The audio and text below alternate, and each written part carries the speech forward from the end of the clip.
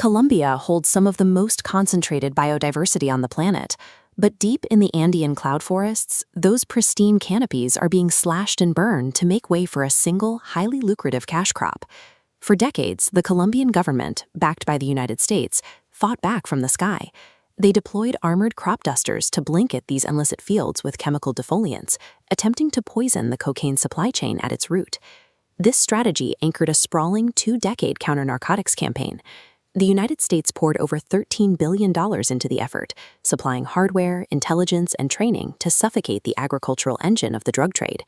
This chart tracks Andean coca cultivation since 1986. Despite billions in military pressure, the red line representing Colombia's total cultivation has surged to the highest levels recorded. Potential pure cocaine production has now surpassed 3,000 metric tons, an all-time historical peak. The heavily militarized strategy failed to break the market.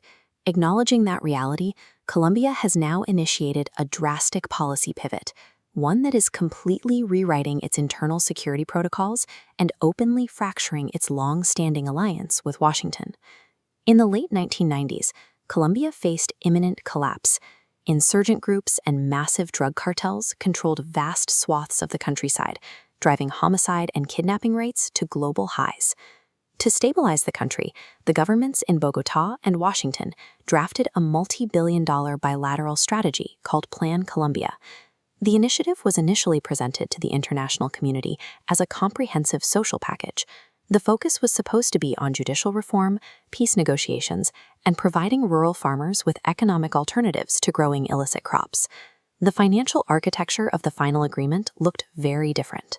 Facing severe security threats, roughly 80% of the initial U.S. emergency aid package was diverted directly to the military and national police.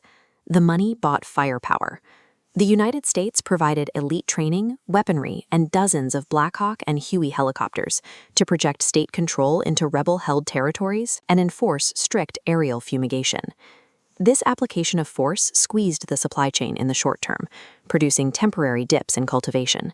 But it left the underlying economic engine of the drug trade completely intact. The strategy fell victim to an economic phenomenon known as the balloon effect.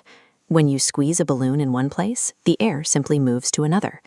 When military eradication teams focused intensely on high production departments, the cultivation didn't vanish, it migrated. New fields immediately sprang up across borders and deeper into the remote Amazon basin, where the state had no presence. The farmers also adapted their methods. To evade satellite surveillance and chemical spraying, they fractured their plots into smaller, highly dense, dispersed plots hidden under dense tree cover. They optimized planting density and adopted higher-yield plant varieties, extracting more product from less land. A major shift occurred in 2016. The Colombian government signed a landmark peace agreement with the FARC, the country's largest insurgent group, which formally demobilized and surrendered its weapons. The accord included a voluntary crop substitution program designed to transition rural farmers away from the drug trade by offering them direct financial subsidies. The execution of this policy created a perverse incentive. Knowing the government would pay them to uproot illicit crops, many farmers began planting entirely new fields just to qualify for the payouts. At the same time, the state failed to build the roads and infrastructure required to make legal agriculture profitable. Driven by these flawed subsidy incentives and a lack of economic alternatives, cultivation skyrocketed by more than 250% in the years following the agreement.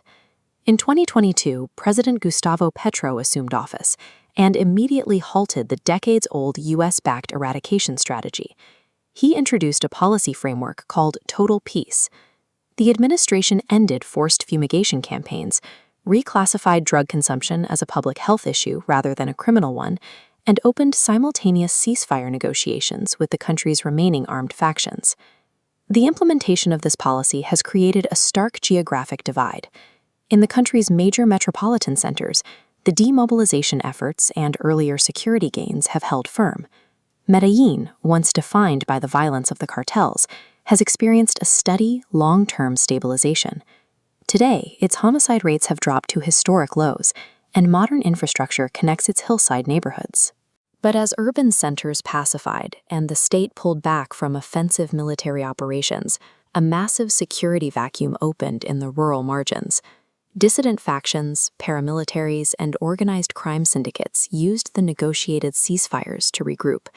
Free from constant military pressure, these armed groups swelled their ranks by an estimated 85%. They are violently competing to consolidate territorial monopolies over the booming drug trade, driving murder and displacement rates in peripheral departments back to crisis levels. This production boom has triggered a historic diplomatic rupture with Washington. As the United States imposes counter-narcotic sanctions and restricts the flow of security aid, Colombia has begun searching for alternative partners, pivoting towards China and the Belt and Road Initiative to fill the resulting financial gap. Colombia remains caught in a structural trap. Decades of military pressure failed to eradicate the crops, and the current experiment with pacifist policy has allowed organized crime to multiply. Until the massive global demand for the product is addressed, neither military force nor domestic ceasefires can dismantle the power of the drug trade.